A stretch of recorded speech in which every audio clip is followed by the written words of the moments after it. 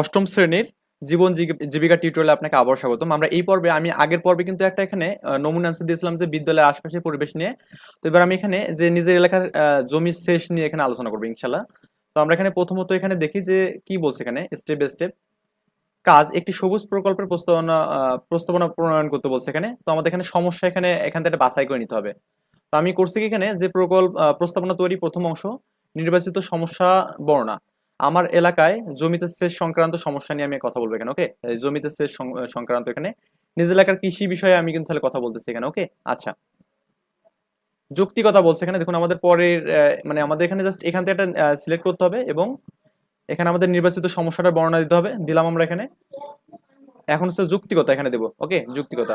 তো পানির অপচয় রোধ করা সম্ভব। তারপর এখানে সেচ খরচ কমে আসবে এখানে। তারপর এখানে ফসল উৎপাদনের ব্যাঘাত ঘটবে না, ফলে বাম্পার ফলন হবে এখানে এবং প্রকৃতি নির্ভর হ্রাস পাবে এখানে এবং আধুনিক কৃষি সম্পর্কে কৃষিদের জ্ঞান বাড়বে এখানে। ওকে, আচ্ছা। প্রকল্পের সাথে সংশ্লিষ্ট পেশা শনাক্তকরণ। তো এখানে আমি জাস্ট এখানে হেডলাইনটা দিলাম যে এই প্রকল্পের সাথে জড়িত প্রধান খাতের নাম হচ্ছে কৃষিখাত। যেহেতু আমাদের এলাকায় কৃষকরা সময় মতো পানির অভাবে তাদের ফসল ভালোভাবে ফলাতে পারে না। সময় মতো জমিতে পানি সেচ করতে সেচ ব্যবস্থা হলে জমিতে ভালো মানের ফসল উৎপাদন হয়, যা দেশীয় এবং আন্তর্জাতিক শ্রম বাজারে ব্যাপক চাহিদা সৃষ্টি করবে।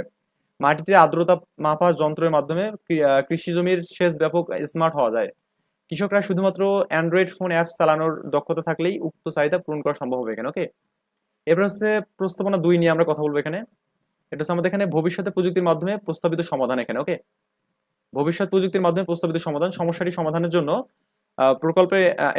প্রকল্পের এলাকার জমির মাটির আর্দ্রতা এবং পানির পরিমাণ সম্পর্কে নির্ণয় করার জন্য আমাদেরকে আইওটি সেন্স স্থাপন করতে হবে, যেটি অটোমেটিক আমাদের বলে দেবে যে কখন জমিতে সেচ দিতে হবে এখানে। এবং যন্ত্রগুলোতে ইন্টারনেট কানেকশন থাকবে, ফলে কৃষক মোবাইল ফোন অ্যাপস এর মাধ্যমে বিস্তারিত জানবে এখানে।